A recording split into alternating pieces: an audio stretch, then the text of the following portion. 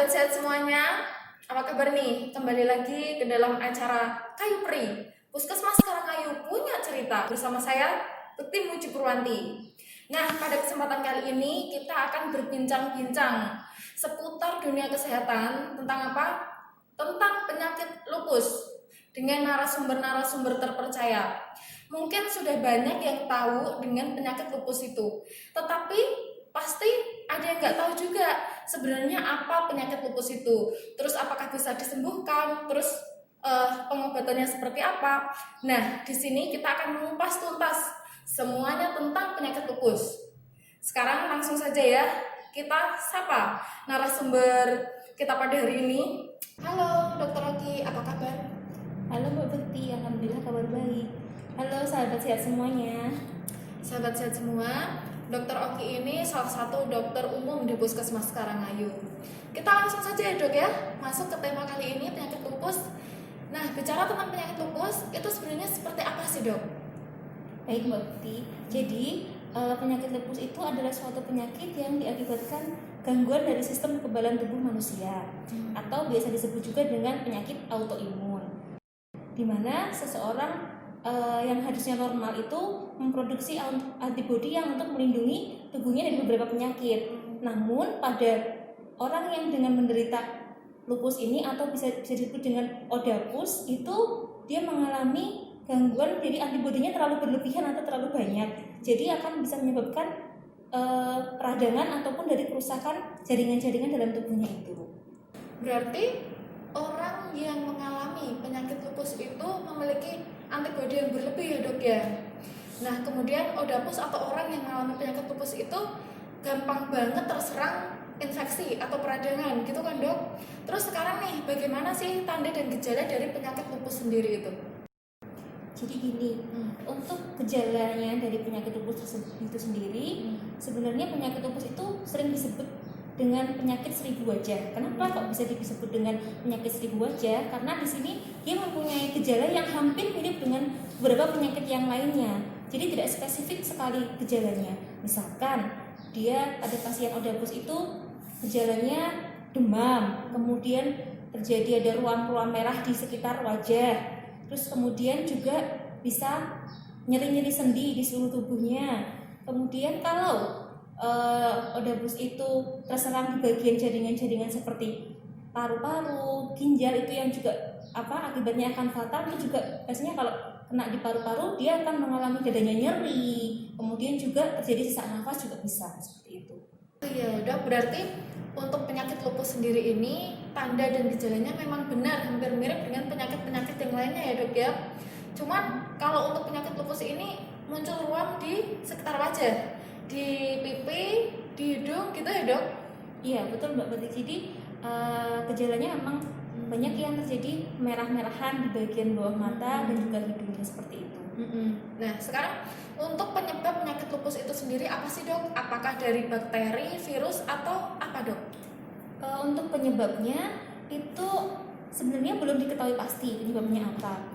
Namun ada beberapa yang menyebutkan bahwa di situ penyebabnya ada kombinasi genetik, kemudian hormon, lingkungan seperti paparan matahari seperti itu. Ada juga yang menyebutkan bahwa penyebabnya adalah bakteri di usus. Namun hal ini memang masih belum jelas.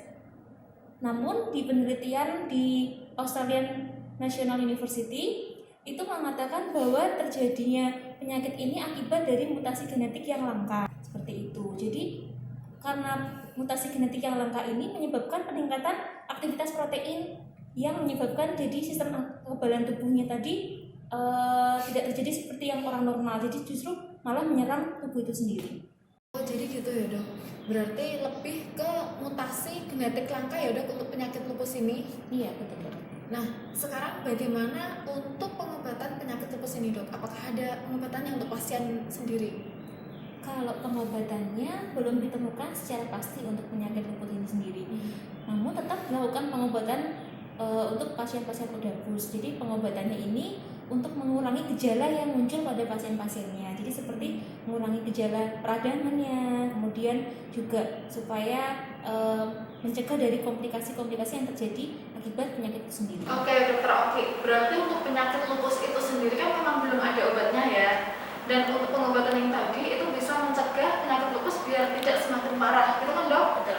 Nah, dokter Oki, ada nggak sih organisasi atau yayasan yang menangani penyakit lupus ini? Terus bagaimana peran organisasi atau yayasan tersebut? Iya, memang ada organisasi yang menampung pasien-pasien lupus. Jadi ada dokter, kemudian tenaga kesehatan yang lain, kemudian juga pasien lupus itu sendiri yang tergabung dalam organisasi itu. Nantinya di sana mereka diberikan motivasi, dukungan, dan juga keterampilan-keterampilan supaya bisa hidup produktif seperti orang-orang yang lain seperti itu. Kemudian juga selalu diingatkan untuk rutin kontrol, kemudian berpola hidup yang sehat, kemudian juga supaya tidak memperparah dari penyakit lupus sendiri. Berarti organisasi tersebut punya peran yang penting ya dok ya untuk penderita lupus. Iya. Nah sekarang nih dok, pertanyaan terakhir, dukungan seperti apa yang bisa kita berikan untuk penderita lupus di Kota Semarang bahkan di Indonesia mungkin?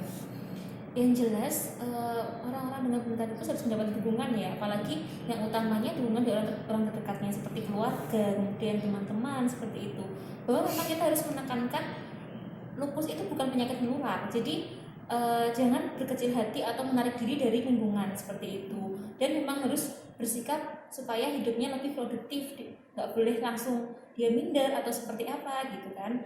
Itu harus selalu mendapatkan dukungan supaya juga dia tetap aktif dan juga gejala-gejala yang muncul bisa berkurang kalau dirinya menerapkan pola-pola dengan yang hidup yang sehat.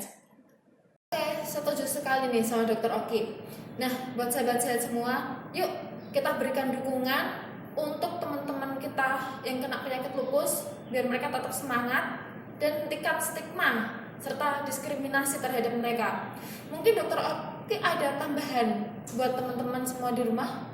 Oh iya, untuk sahabat sehat semuanya, dalam masa pandemi ini tetap ya jangan lupa melakukan protokol kesehatan dengan baik. Cuci tangan yang rajin, kemudian pakai masker, dan juga jaga jarak.